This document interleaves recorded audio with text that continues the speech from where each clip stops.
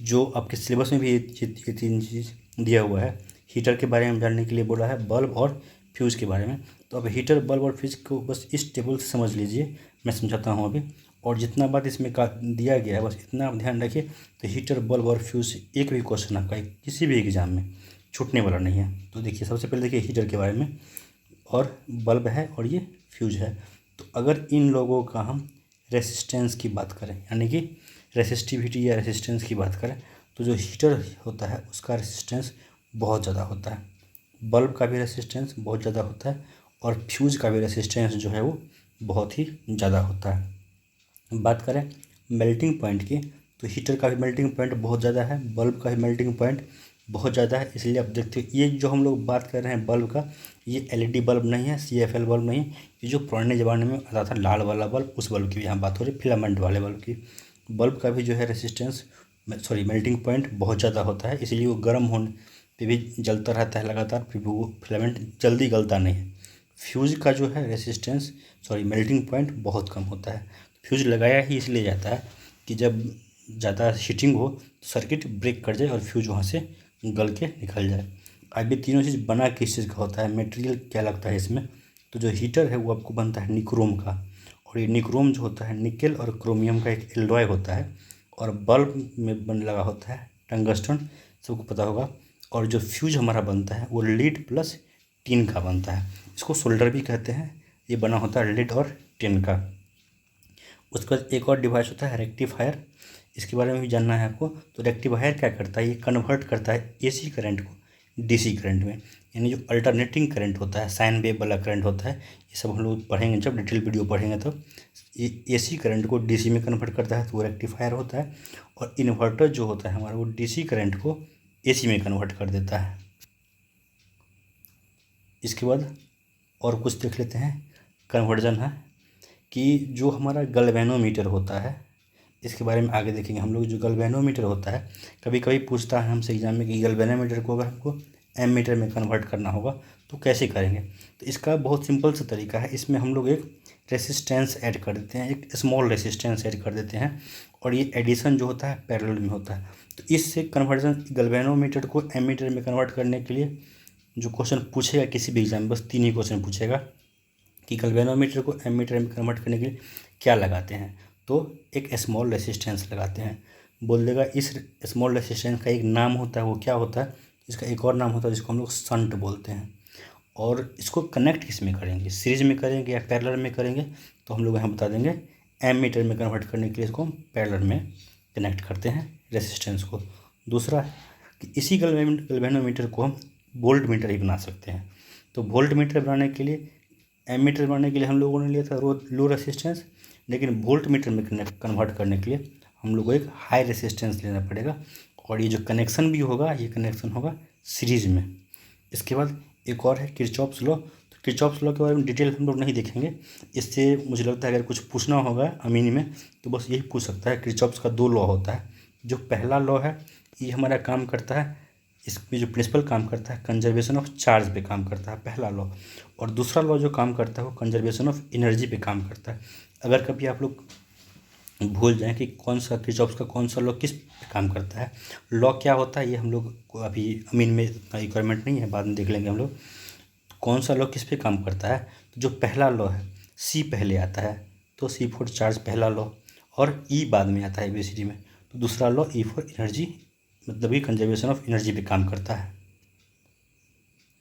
इसके बाद और देख लीजिए कि एक क्वेश्चन टाइप का है ये, कि अगर किसी वायर को, मतलब कि कंडक्टर को हम एन पीसेस में काट देते हैं और उसको आपस में हम पैरेलल में ज्वाइन करेंगे, तो जो नया वायर बन के आएगा उसका जो होगा फाइनल रेसिस्टेंस वो क्या होगा, वो निकालने का सिंपल फार्मूला है। अगर एग्जाम में पूछता भी है न्यूमेरिकल, तो आर अपॉन एन स्क्वायर कर देंगे हम लोग, सीधा सीधा निकल के आ जाएगा।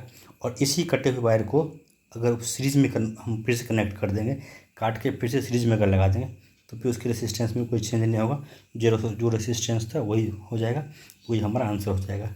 इसका देखिए ओम्स लॉ, इलेक्ट्रिसिटी में ओम्स लॉ का बहुत चर्चा होता है, तो हमारा यहाँ पे इतना से अभी काम चल जाएगा कि ओम्स लॉ जो होता है V = IR, जहाँ V होता है वोल्टेज, I होता है करंट, और R होता है हमारा रेसिस्टेंस। और यहाँ पे ये सबसे कई बार पूछा गया है, रेलवे में भी और एसएससी में भी और अमीन में भी आने का बहुत चांस है कि ओम्स लॉ जो है हमारा यह यूनिवर्सल लॉ नहीं है। बहुत सारा लॉ है जो यूनिवर्सल लॉ होता है, जो हर जगह काम करता है, लेकिन ओम्स लॉ जो है यूनिवर्सल लॉ नहीं है। ये सिर्फ और सिर्फ वैलिड है कंडक्टर के लिए। इसके अलावा अगर सेमी कंडक्टर होगा या इंसुलेटर होगा, वहाँ पे हमारा ओम्स लॉ फेल हो जाता है, वहाँ पे ओम्स लॉ नहीं चलता है। इसके बाद देख लेते हैं, ये बहुत ही इंपॉर्टेंट है। इस टेबल को अच्छे से आप लोग समझ के 3-4 बार अगर आप लोग इस वीडियो को सुन लेंगे, भी ऐसे भी आंख बंद करके अगर आप सुन लेंगे, तो ये जो 3 टेबल मैंने इस वीडियो में लगाया है, ये 3 टेबल अगर आप लोग याद कर लेते हैं तो इलेक्ट्रिसिटी से शायद ही आपका कोई क्वेश्चन छूटे। देखिए 3 चीज़ है, एमीटर है, वोल्ट मीटर है और गैल्वेनोमीटर है। तो इससे इस एक टेबल से इस तीनों का सारा क्वेश्चन आपका किसी भी एग्ज़ाम का हो जाएगा। देखिए जैसे कि एमीटर है, इसमें मैं पेन ले लेता हूँ, ध्यान रखिएगा कौन कौन सा है। पहला है एमीटर और दूसरा है वोल्ट मीटर और तीसरा है गैल्वेनोमीटर। तो देखते हैं, जो हमारा एमीटर है इसमें जो होता है ये मेजरमेंट किस चीज़ का करता है, ये क्या मेजर करता है, तो एमीटर हमारा करंट मेजर के लिए यूज होता है। उसका जो वोल्ट मीटर हमारा है वो वोल्टेज मेजर करने के लिए यूज होता है। और जो गैल्वेनोमीटर हमारा है वो करंट का डायरेक्शन बताता है कि करंट वायर में जो फ्लो कर रहा है तो किधर से किधर फ्लो कर रहा है, किधर से किधर फ्लो कर रहा है, ये बताने के लिए हम गैल्वेनोमीटर का यूज़ करते हैं। दूसरी बात, ये जो डिवाइस को कनेक्ट किस तरह से हम करते हैं, तो एमीटर को हम लोग कनेक्ट करते हैं सीरीज में, वोल्ट मीटर को हम लोग करंट कनेक्ट करते हैं पैरेलल में, और गैल्वेनोमीटर का कोई कनेक्शन नहीं होता है, उसको सिंपली आप कैसे भी लगा दो, इसमें सीरीज पैरेलल का कोई कॉन्सेप्ट नहीं है। तो यहाँ पे हम लोग ये पॉइंट याद कर लेंगे कि गैल्वेनोमीटर बहुत सेंसिटिव होता है, इसको ऊपर से ही वायर में आप सटाएंगे तो बता देगा कि ये डायरेक्शन, उसमें एक नीडल लगा होता है जो मूव करता है किस डायरेक्शन में करंट फ्लो कर रहा है।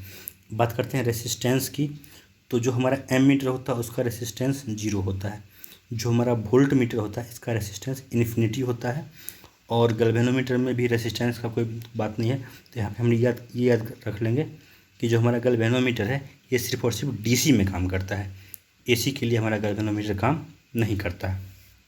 इसके बाद एक और इम्पोर्टेंट डिवाइस है जिसका नाम है ट्रांसफार्मर।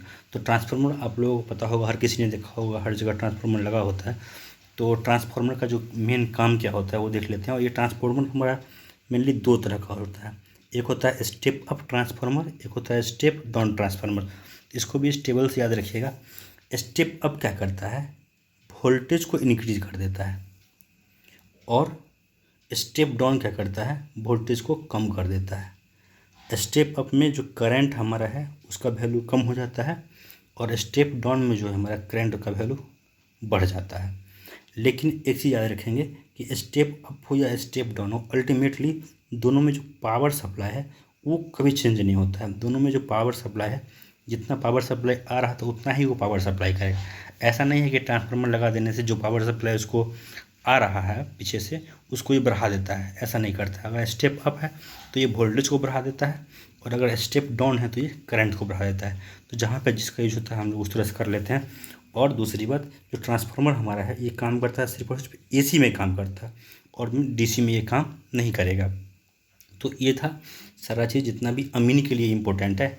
इलेक्ट्रिसिटी में इतना ही नहीं है, अगर हम लोग दरोगा के या बीपीएससी के लिए जब पढ़ेंगे, इसी में आगे पढ़ेंगे हम लोग इसी चैनल पे, तो हम और डिटेल में पढ़ेंगे कि कोई भी चीज़ जो है हो रहा है तो क्यों हो रहा है। और इस अमीन के लिए इतना ही इम्पोर्टेंट, इतना ही से ही सारा का सारा क्वेश्चन अमीन में इलेक्ट्रिसिटी का हो जाएगा। साउंड मैंने पहले करा दिया है, आप लोगों ने अगर नहीं देखा है तो उसको भी देख लीजिए। और इसी वीडियो के डिस्क्रिप्शन में मैं टेलीग्राम का लिंक दे देता हूँ, आप लोग टेलीग्राम से भी जुड़ जाइए, उस पर क्विज भी कराया जाएगा डेली बेसिस पे, और इस सब का PDF भी मैं वहाँ पे डाल दिया करूँगा। तो अगर आप लोगों को ये पसंद आ रहा हो वीडियो तो इसको आप लोग चैनल को सब्सक्राइब कर लीजिए, और अगर आप लोगों को ये सही लगे तो थोड़ा इसको शेयर कर दीजिए और लाइक भी कर दीजिए, जिससे ज़्यादा से ज़्यादा लोगों, तो आपके बहुत सारे दोस्त होंगे जिनका एग्ज़ाम होगा अमीन का, तो आप लोग उनको भी ये चीज़ शेयर कीजिए। धन्यवाद।